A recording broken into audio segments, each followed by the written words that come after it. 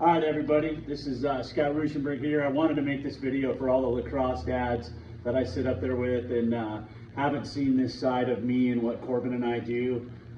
Today, just got back from racing. We got the car all washed. You couldn't believe how muddy it was, but if you look at all the parts that come off, we have to take all the headers off over here and the tires, wash everything, and then the wing that's over there, and then as well as the car. So when we come back, we can work on a fresh car. So what we're gonna do first, now that we got everything done and we got the headers off over here, is we put these header gasket caps on, and then what I did is I unloosened the header bolts, and we're gonna take actually the head cover off along with the gasket. And we have to do what they call a valve lash adjustment. After every single race, we have to do this. So I wanted you guys to see this so you could see all that's involved in this. Obviously, we want to make sure everything's clean and good, and we'll set this over here for a second. And then the tools we use here is we have a spring adjustment gauge for the valve spring, and then we also have a valve lash screw nut job, and then we have feeler gauges that are going to go inside there to measure the lash, both the intake and the exhaust side. The corners of both sides of the heads, over here and over here. One of the things I want to feel for is if there's any metal or anything down in those inside those grooves in the heads, and everything feels really good. The oil looks really good. And so we're gonna change the oil. It's after 2 races. Actually, Corbin's gonna empty this tank right here.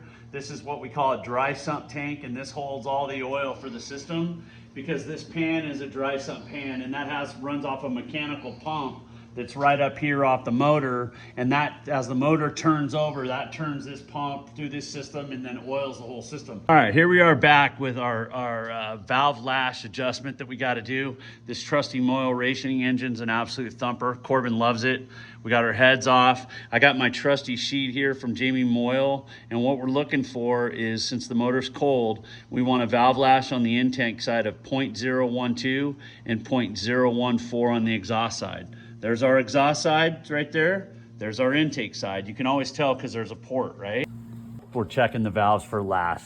So we found one, so I get to show you what to do. So this is the intake side, and we're a 0.12.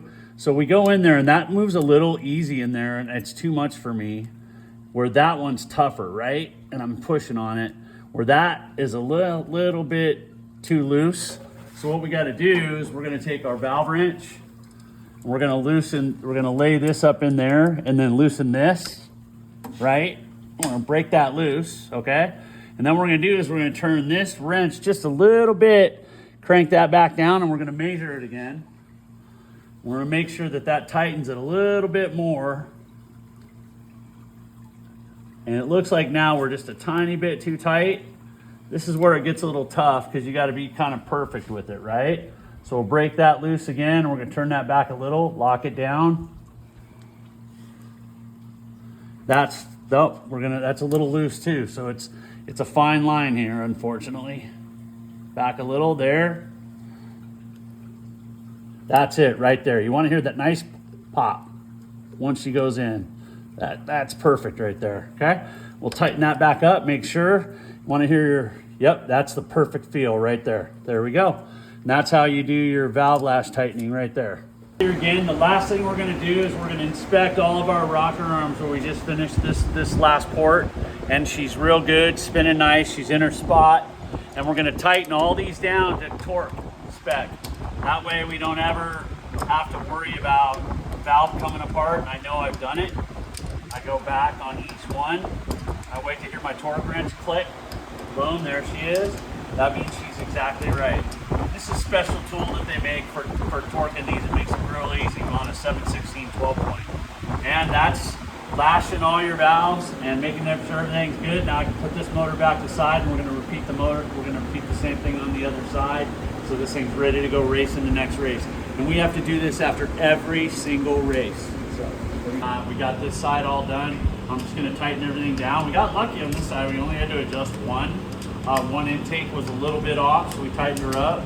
I'm just running my torque wrench back over all the top of my rocker bolts, making sure everything clicks out so we know we're good. Corbin's measuring the oil. He put 8 quarts in, and he's ready to go, so we got fresh oil in it. We marked our head so we know how many races we have on this That was its 5th race last night, and I'm going to put the gaskets back on, and so that goes back on like so, and this baby goes back on this oil intake cover, big gasket, and now it's back on, and we'll bolt those down into place, and everything's all done. Now we got to clean all the fuel lines and pickle the fuel lines and get all the methanol out of the fuel lines, and this thing's ready for storage. All right, the last thing we're doing is we're cleaning the injector system here. We're gonna look down these ports is where all these injectors were. Corbin's actually cleaning out the stacks, and so and getting those nice and clean. But all of our injector ports are here. We pulled all of them out. This is what they look like. I've done the first 2, but the last 2, and all we do is we take a little brake clean and run them through them. Okay, and then once we're done with the brake clean running through them, just to make sure they're clean, we take a little bit of Seafoam. This will neutralize the brake foam, and it has a little lubricant to it. It cleans it. Great marine product. I should be doing a commercial for them, but this stuff is absolutely necessary if you're going to sprint car race, in my opinion. I've been using it since micro days, and it's been the best ever. So, and this is part of the pickling process to get all the methanol out of the system. And we'll go through a little bit of that later as well. Okay. All right, super. All right, right down here is our pump housing, and I went ahead and pulled that off. I've also pulled all of the fuel systems off here and up here, so that way we don't have any more fuel in the system. I'm holding the pump in my hand right here, and what we're going to do is we're going to add Seafoam to this pump. Come on around and we'll show you. So all we do is we'll pump a little Seafoam into the system, and then what we're going to do is we're going to run that through the system, through the pump, all through each of its exit ports, which are down here. And this coats it and then makes it so basically we'll simulate it with a drill. Since the motor's usually pushing it, I put a 3/8 ratchet on the end, spin it right here, and then as you can see, it pushes it all out of the system. And that's how you clean the pump. Now that thing will be coated. We can put it back on. I don't hook it back up when we're done because I don't want any alcohol in it, and that's the last thing we do before we load on the done. We're doing bars on the back right now. We did bars in the front already. And we pickled the tire system, changed the oil, saw us do the valves, and we'll nut and bolt and go through everything. And then Brandon's going to come back in a couple days when we have parts, and we're going to fix the Corbin's brakes. Anyways, last thing we're doing, we're closing it down with the Eagles. Life in the fast lane for everybody at Brophy, all the dads. Oh, I don't want to do that. But we're going to put our spark plugs back in, and we're going to put them in the same order that we took them out. And they're going to go back into their little home. Like Happy Gilmore says, ball go home, spark plug go home, baby. Okay? Last 2. Then when we're done with that, we're going to put those back on. And then the last thing I got to do, I'll show you. Hold on here. Maybe. There we go. Is we're going to hook up our fuel line. Because over here, we took this fuel filter off, cleaned all the line out, blew it out. And then we're going to put the line back on. I'll show you what that looks like when it's done. She's right here, all cleaned out, all the methanol out. Once again, Seafoamed it up. And that'll go back to our main pump, which is right there. That'll go back together. And then this thing will go inside here to here. And she's ready to rock and roll. But we're not going to hook it up just in case any methanol redundant comes down. We'll let it hit the floor and drain. We don't want anything in the system, because methanol over a few days will corrode up and then Corbin won't be able to run. Hope you guys learned out what it's like to spend a Sunday after racing. This is our normal, or it could be every night after a race during a speed week when we could go 5 days in a row. Go Broncos.